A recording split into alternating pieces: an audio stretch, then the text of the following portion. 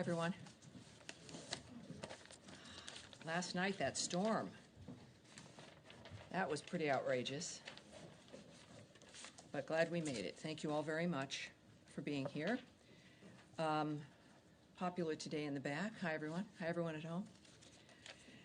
So yes, we have a few announcements, as you might imagine, and then I'll be ready to take your questions. So good afternoon, everyone.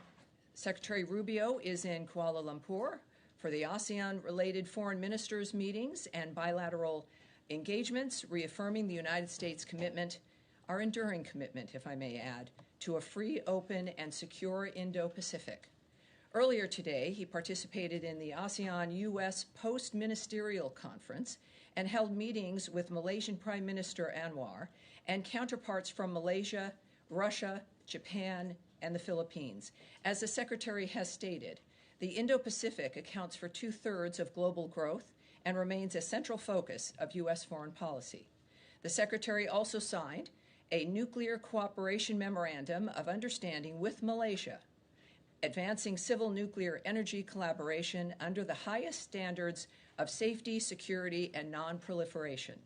Negotiations toward a 1-2-3 agreement are underway, and once finalized, it would permit the transfer of nuclear material and equipment for peaceful purposes, further deepening bilateral energy, security, and economic ties.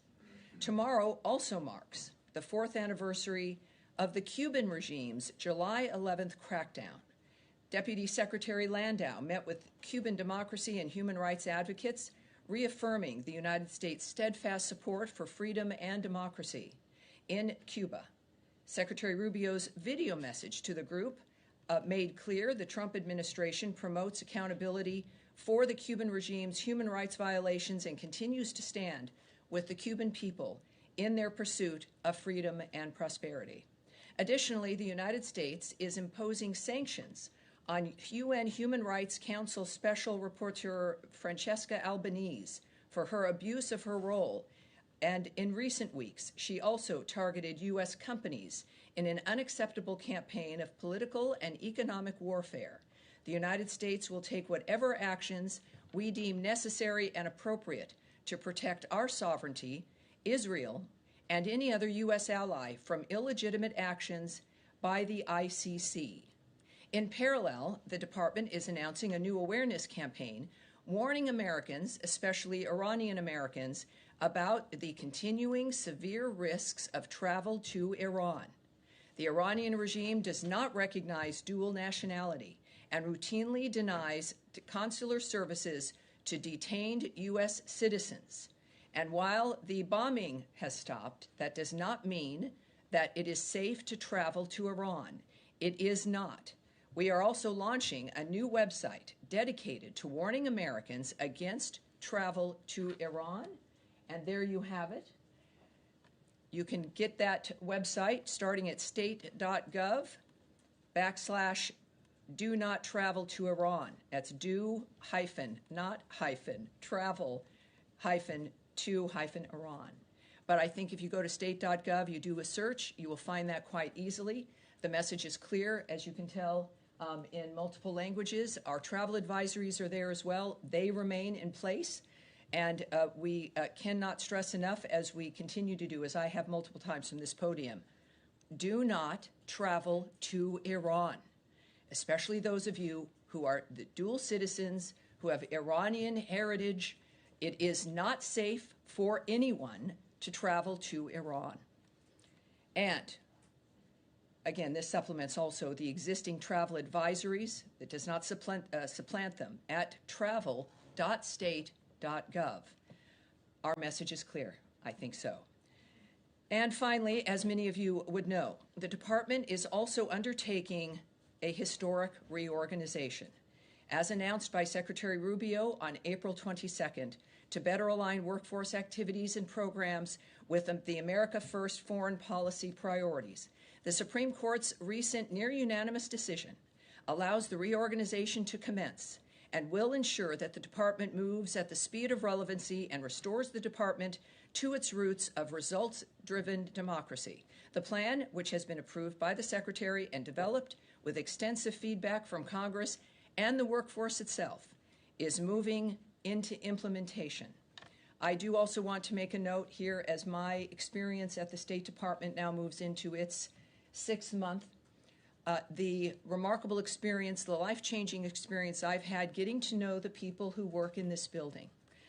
There are tens of thousands of them, and they are at the heart, whether they be political appointees, foreign service officers, or career individuals, people who have made their career, their service for this country, something that has been a part of their lives for a long time. It has been a remarkable experience to see how this building works, how the people work together moving forward to promote and to implement American foreign policy through the commitment and their patriotism. I have to say that in the midst of all of this, it's been, again, very transparent. I've been proud of that coming from the leadership of this building, as we've discussed this many times. And now this is the point where it begins. And all of us understand, and it's sometimes difficult, as any enterprise in America has learned, that when change is necessary. But in this case, we've inherited a dynamic that needed reform, and we are taking and implementing reform. And of course, in the midst of this, know that the people who've committed to the State Department and to diplomacy, that they know also this is not about them. This is about making sure that the State Department is able to operate in a manner that makes it relevant and effective. That is what the American people want. It's what all of us want. And in this dynamic, that's exactly what we're achieving. So it is, it's been a long road. Every day is one that I'm very proud of working here. And of course, every briefing I'm proud of. It's always very different, the briefings. But we will start now with today's briefing as I take your questions. All right. Andrea Mitchell. Yes, ma'am. Well, before I ask you about Ukraine and the possibility of sanctions and strong support from this department for sanctions, given what the president said about his impatience with Vladimir Putin after the secretary's conversations with Sergei Lavrov. Yes. Let me just say that for the workforce, for those who are going to be leaving foreign service as well as civil service, many of whom I and my colleagues have worked with for many, many years, if not decades, to be told that, as you just said, you're going to make it relevant and effective. You're basically saying that they are not relevant or effective. I'm glad you because thousands of people are going to be losing their jobs. I think that is, Andrea, it's the antithesis of what I've said. That this is not a matter of the individual being targeted or an individual not being right. This is about being able to be effective due to the size of the organization and to the structure of the organization. This involves, as you all receive material and a new org chart and all these other kinds of wonky things, that this is about an entity that has grown unsustainable over the years with elements related to the Cold War and other elements that we have moved beyond, but still stayed. An aspect that you have a size and people working on things that are not within the framework of the modern age or of what we want to accomplish, and certainly the decision that the American people made last year, that Donald Trump's vision about what the world should be in the context of how America can be great again and what we can contribute as Americans, that when something is too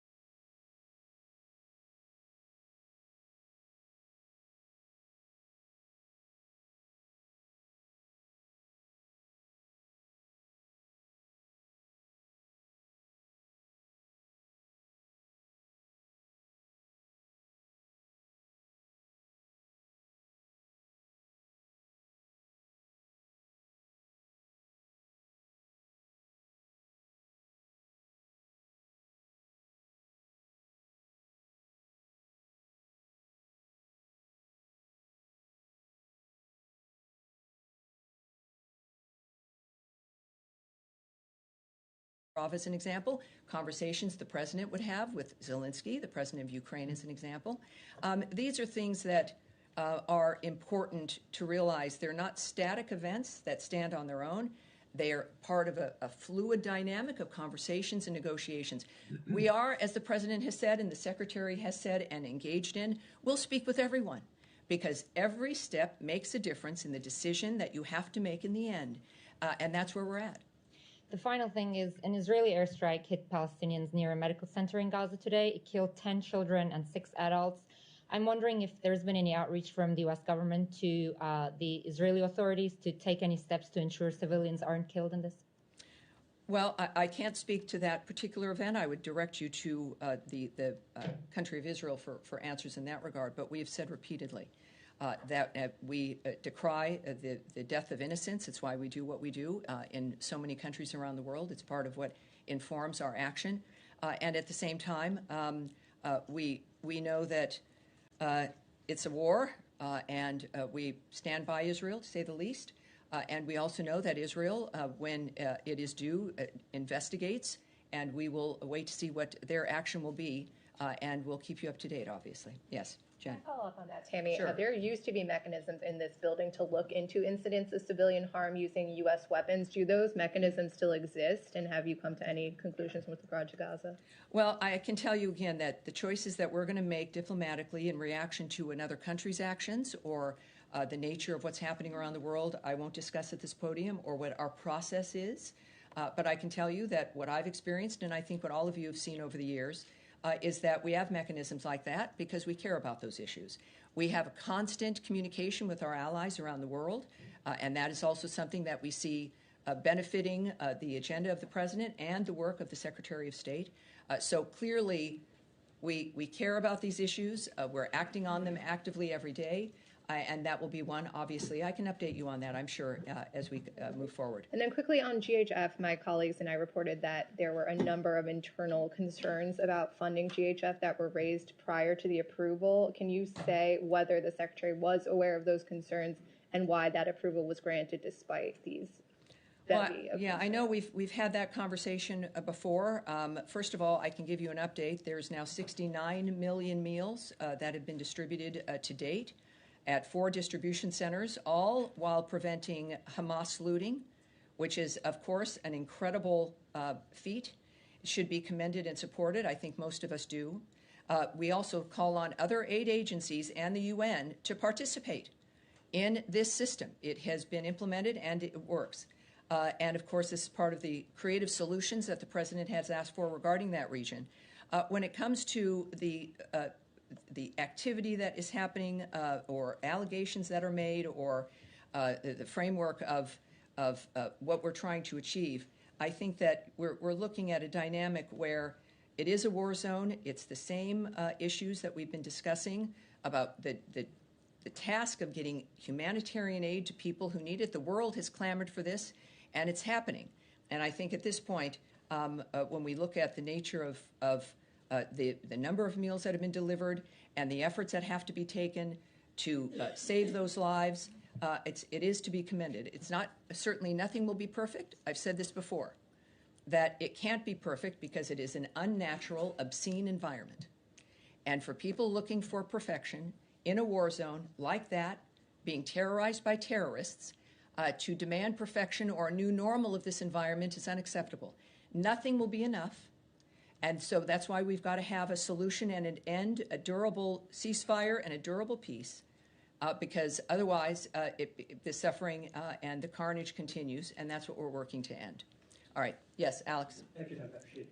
I'll go back to Ukraine, press you a little bit more, if I may. You said the Secretary will inform the President about the new ideas. At what point do you guys are planning to inform the Ukrainians? I'm sorry, what are we? Ukrainians, I mean, they are in the dark. So are you going to obviously, I'm not going to speak about every conversation or connection we have with partners that we're working with every day, all the time. The communications don't just happen when you hear about it in the news or if there's one phone call that's talked about. These are, in every region that is required, special envoys and discussions and help regarding ceasefires or at least finding where you can find some common ground.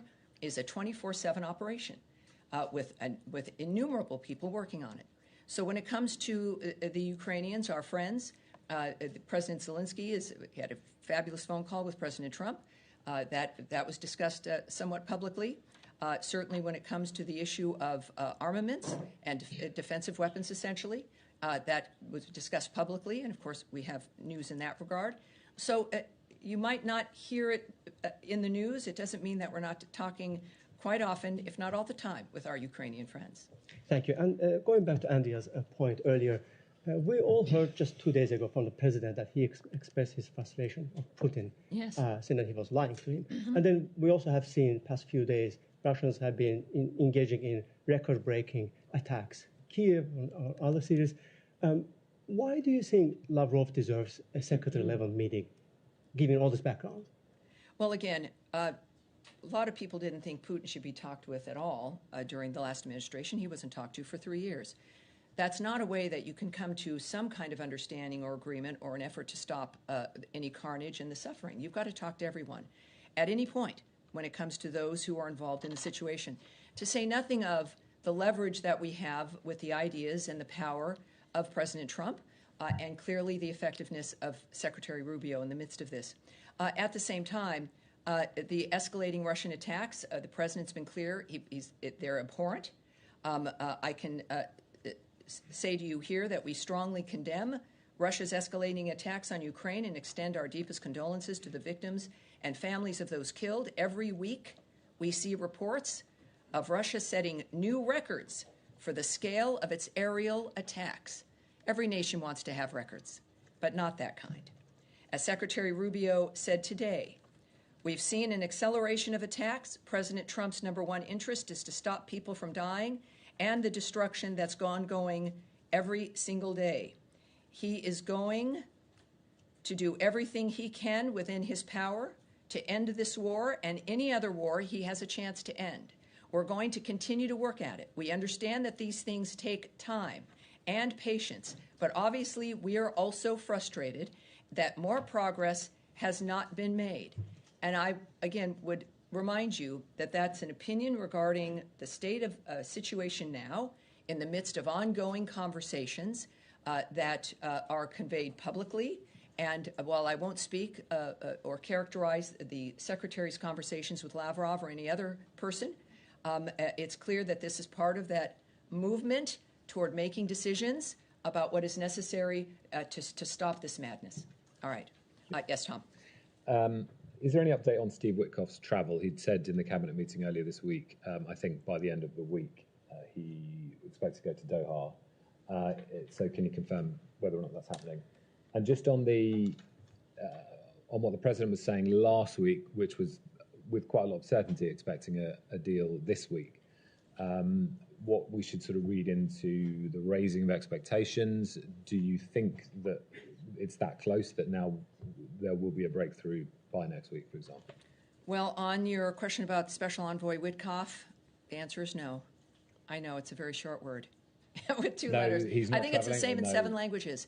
Yeah, well, I have no update for you No on update. his travel. But he might be traveling, but you don't have an update. He's not my comment or lack thereof is not a negative to your question that he's not traveling. The answer is that I don't have an update for you. Okay. I'm sorry about that. That's all right. Regarding, of course, the potential of a ceasefire, the president made clear that he was optimistic.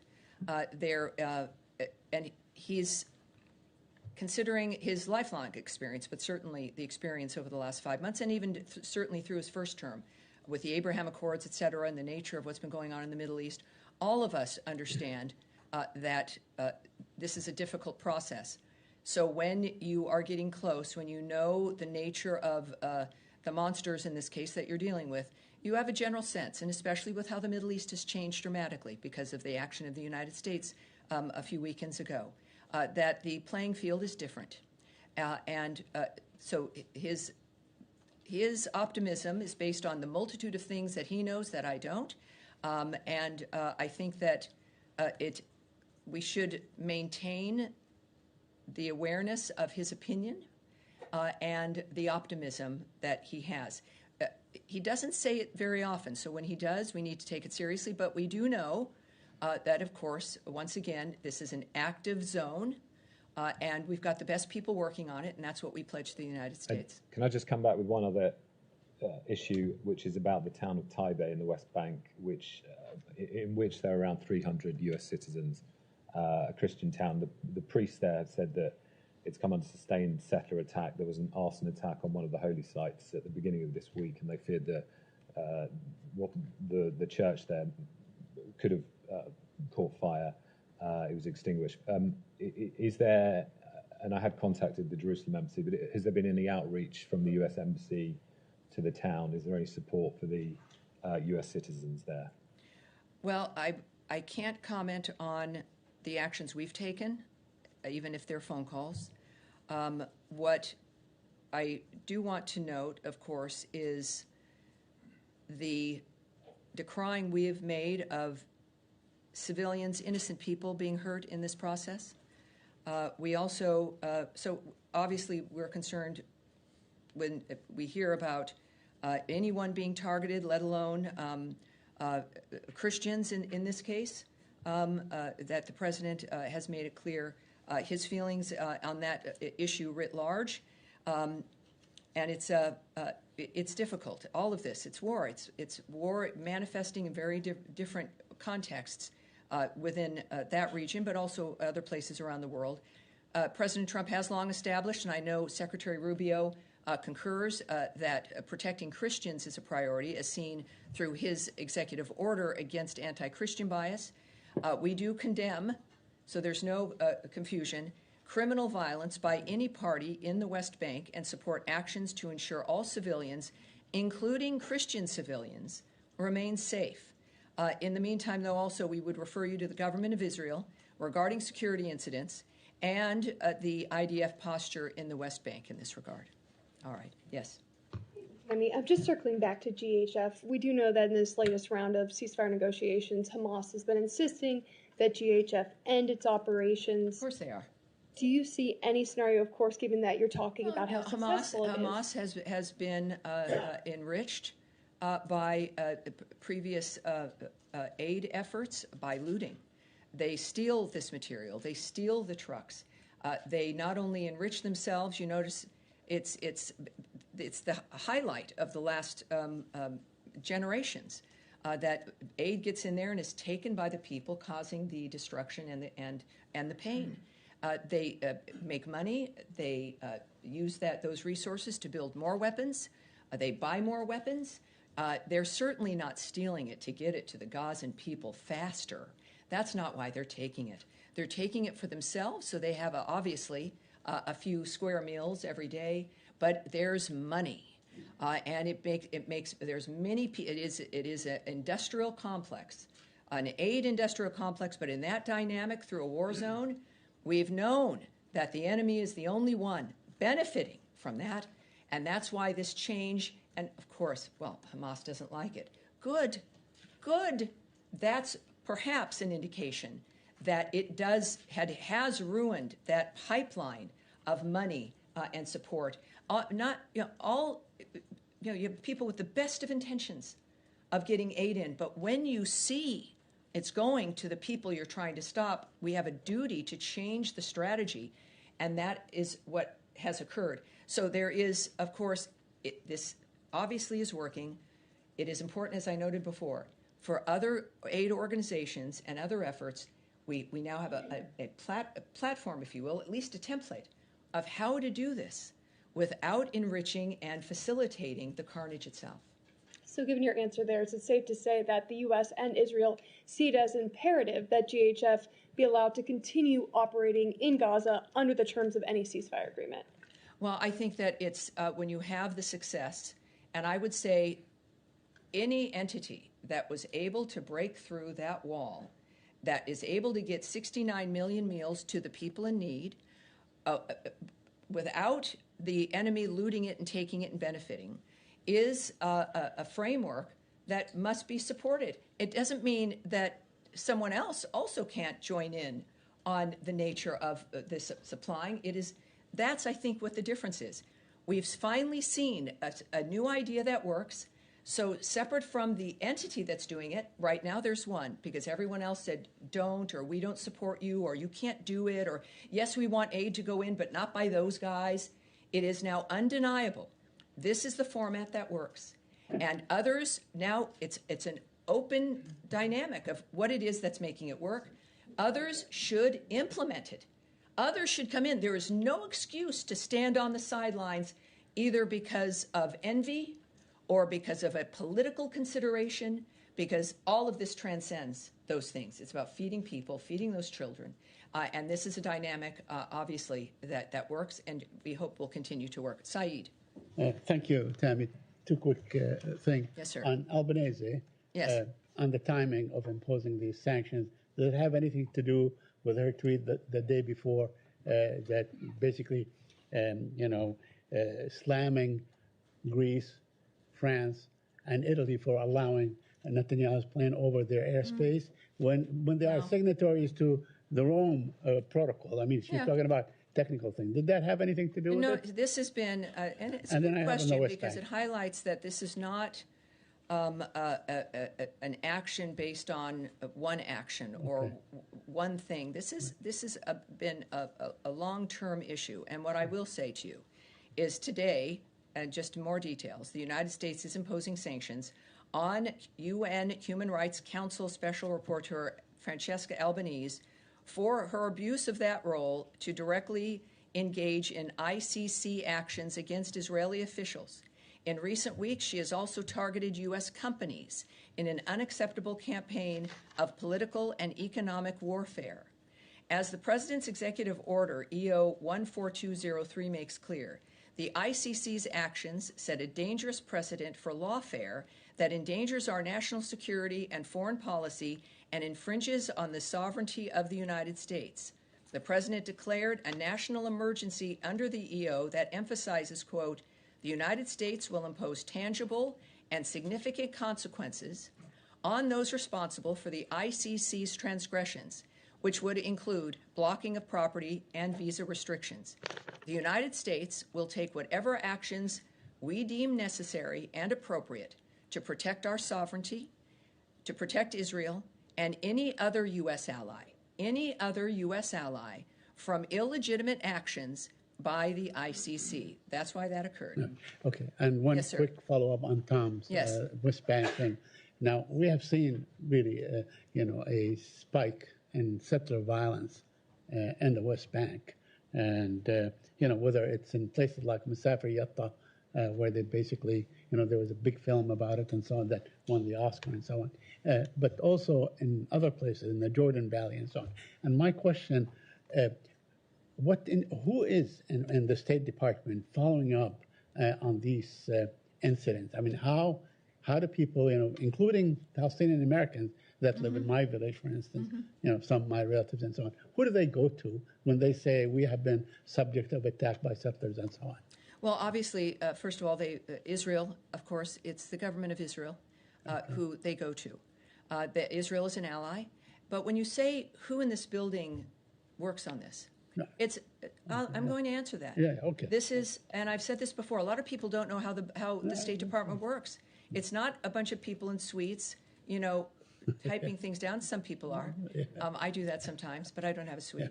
But it's thousands of people, you guys. Right. It is thousands of people in bureaus that are assigned to regions who work literally, and they have, people assigned different times of the day and the night who are working all the time looking at the nature of what's occurring all around the world based on where their region might be.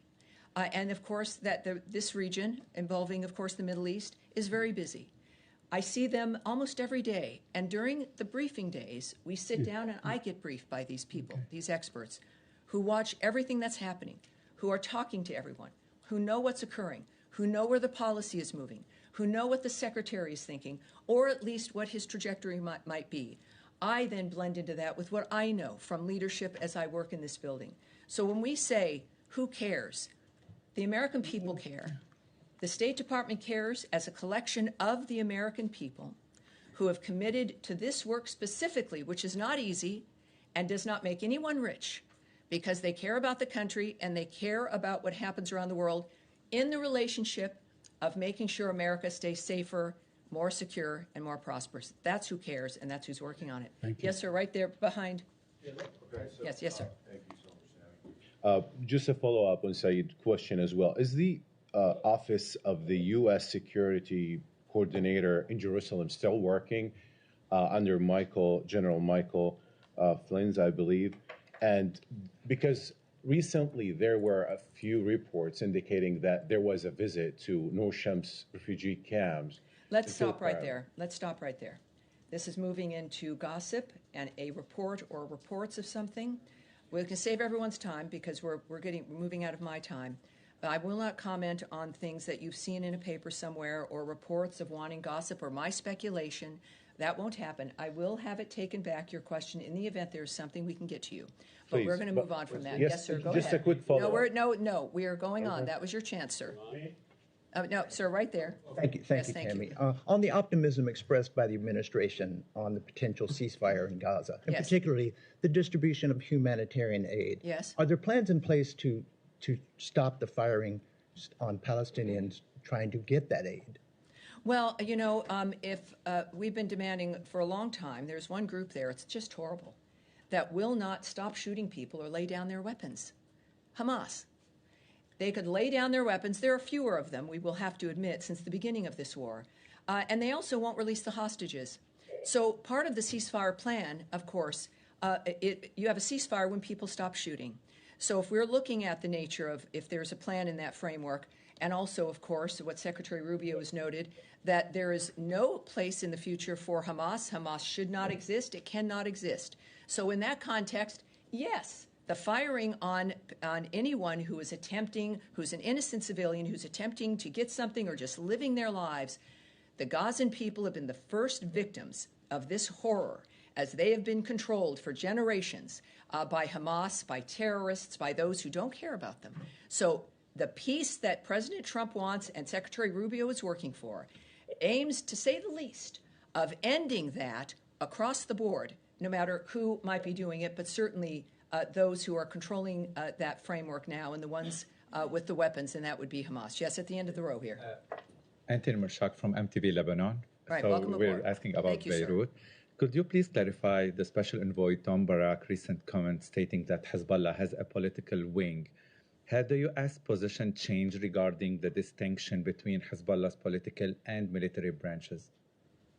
I have a few things I can say to you. First of all, our position has not changed. Hezbollah is a designated terrorist organization, and we do not distinguish between its political or armed wings. As Ambassador Barak said while in Beirut, Lebanon must utilize this moment to make progress, and that includes progress on disarming Hezbollah.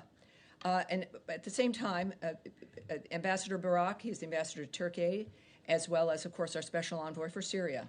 I'm not going to characterize his diplomatic conversations in that regard at all, but he has said publicly that he has been very satisfied with the initial response by the Lebanese government, but now it's noted that they're working on details in this regard. And on the security front, the Lebanese armed forces have made progress on disarming Hezbollah in the south, but there is still more to be done. So as he said, Ambassador Barak, while in Beirut, Lebanon must utilize this moment to make progress. And we do not want to see Hezbollah or any other terrorist group in Lebanon recover their ability to commit violence and threaten the security in Lebanon or in Israel. And I will take one more. You, sir, in the white shirt. Thank you. Other journalists from Azerbaijan, and recently Secretary Rubio said he hopes to see a peace agreement between Armenia and Azerbaijan soon. And today, Azerbaijan President Ilham Aliyev and Armenian Prime Minister Nikol Pashinyan met in Abu Dhabi. Is there any connection between Secretary Rubio's remarks and this meeting? And does Washington currently have a concrete plan or proposal to support a peace agreement between Armenia and Azerbaijan? And my second question is... Let me answer that, because, get me while it's right here on the front, and I will take your second question, and then that's likely going to be it, because we have a thing. First, regarding the peace process, the United States supports those efforts to promote peace and stability in the South Caucasus. We also are tracking the referenced press reports in general and don't have any additional information to share. But as you know also, I think the Trump administration and Secretary Rubio's approach speaks for itself. And his remarks at the cabinet meeting is that this is an administration working for peace. They will do and go wherever they need to go. It is not waned. It is because it is the core of the commitment to making America great again is improving, of course, the condition of the world around us. And your second question. And my second question is, for several months now, there has been no U.S. ambassador appointed to Azerbaijan. Could you please clarify if this delay is due to procedural and technical reasons, or if there are any political consideration behind it? And how does the U.S. government view the importance of having a full ambassadorial presence in Baku at this time? Very, very good question. I don't have the answer to that right now, but we will take it back and get it back to you and the full context in which you answered it. All right, you guys, that's it right now. Thank you very much. I will see you again next week, but there will be, of course, updates on everything we're working on throughout today and tomorrow. Thank you. Have a great rest of your day, everybody. Thank you.